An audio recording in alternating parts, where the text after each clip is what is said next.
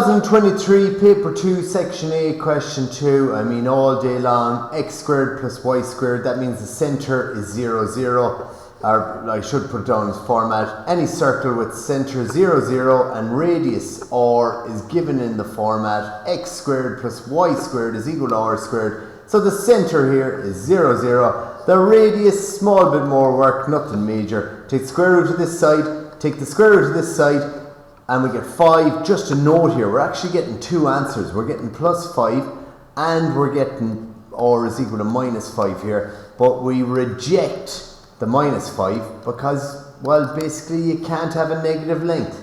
And the radius is a length, so it's positive 5.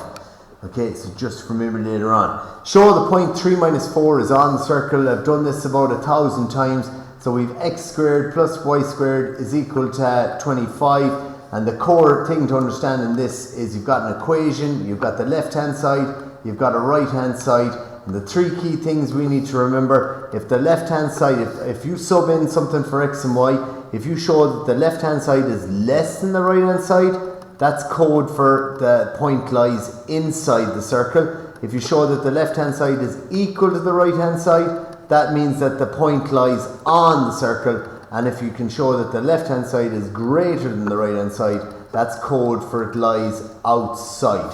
So we're asked to prove that it's on the circle. So we're interested in this fella here, right? We're interested in this. Well, we're asked to show, so it should work out. So the point is 3 minus 4, right? And if we label that now x and y, and we're going to sub in those values here on the graph, so we're on this equation, sorry, and we're just going to put in a question mark here in the middle, but like the fact that it says show means that it will turn out to be the case. So x is 3, y is minus 4. You get your calculator there and you work out this and you'll get 25, and of course that is equal to 25. Left hand side is equal to the right hand side, and therefore the point 3 minus 4 lies on the circle.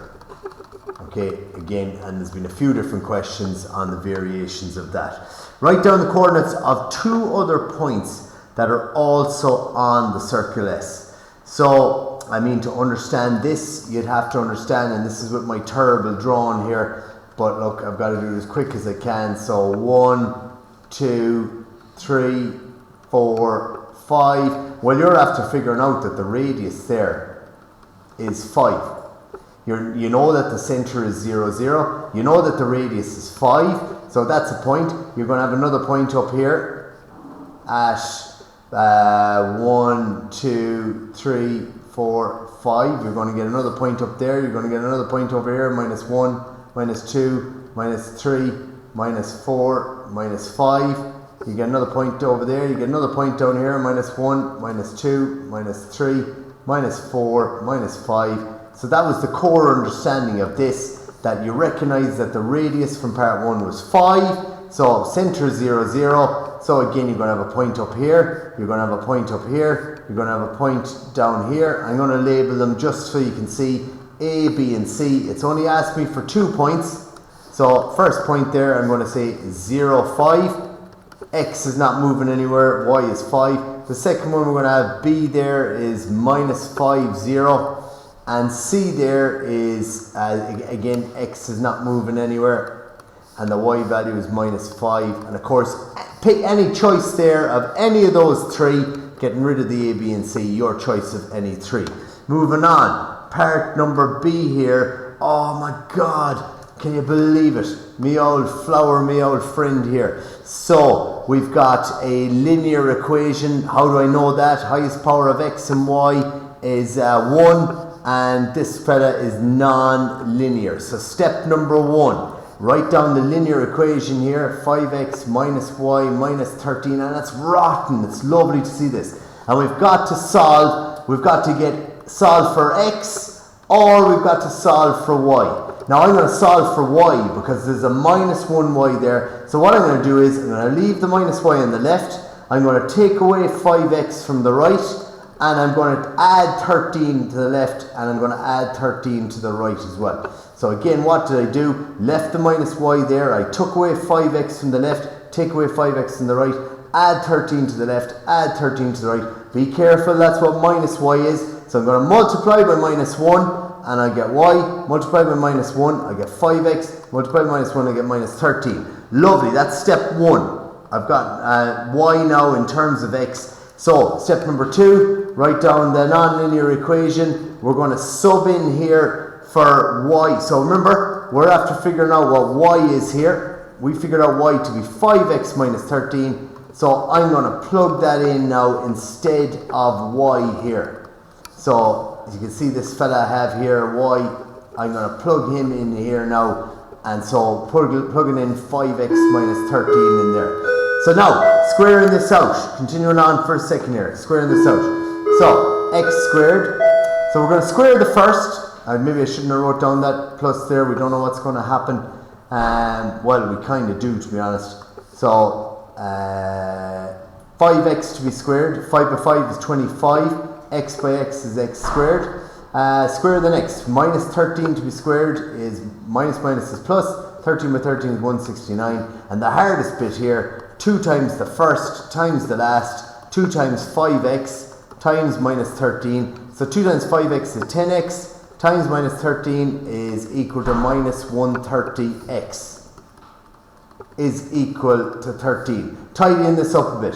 26x squared minus 130x. And now I'm going to take away 13 from the right hand side, and I'm going to take away 13 from the left hand side, and I'm going to get left with plus 156. And I bet there's a highest common factor between all 3 parts here. I bet there's a highest common factor between the 26, the 130 and the 56. Divide by 26, we'll get x squared. Divide by 26, I think we get minus 5. And divide by 26, I bet we get 6.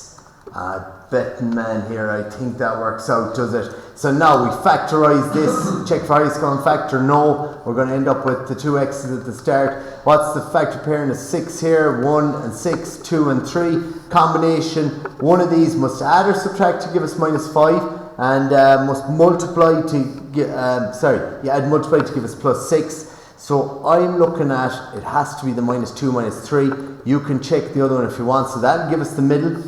And multiplying them together, minus 2 by minus 3 will give us plus 6. The other one won't, right? You check that in your own time. So that's the middle fella, and they're basically, there's our answers. Minus 2 by minus 3. Remember now, both of these being multiplied together gives us an answer of 0. So one of them, or both of them must be equal to 0. So what value of x makes this 0 here? And 2 minus 2 makes it 0, so x is equal to 2. Similarly over here, what value of x makes this 0? X is equal to 3. Right, so we've got our values for x. We've now got our, so found x. Now we have to find our corresponding values for y.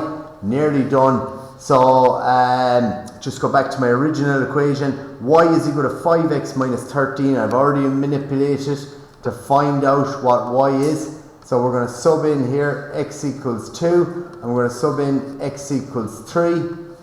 So doing that, we're going to get y is equal to 5 times whatever x is minus 13. X is 2. Get your calculator there and you get minus 3.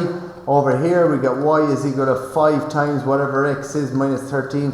X is 3 in this one. So that's going to be 15 minus 13 is 2. And last but not least, your coordinate pairings. Remember, x before y. When x is 2, y is minus 3. And when x is 3, y is 2. And there is where the circle and the line intersect, I don't know, something like that, at those 2 points.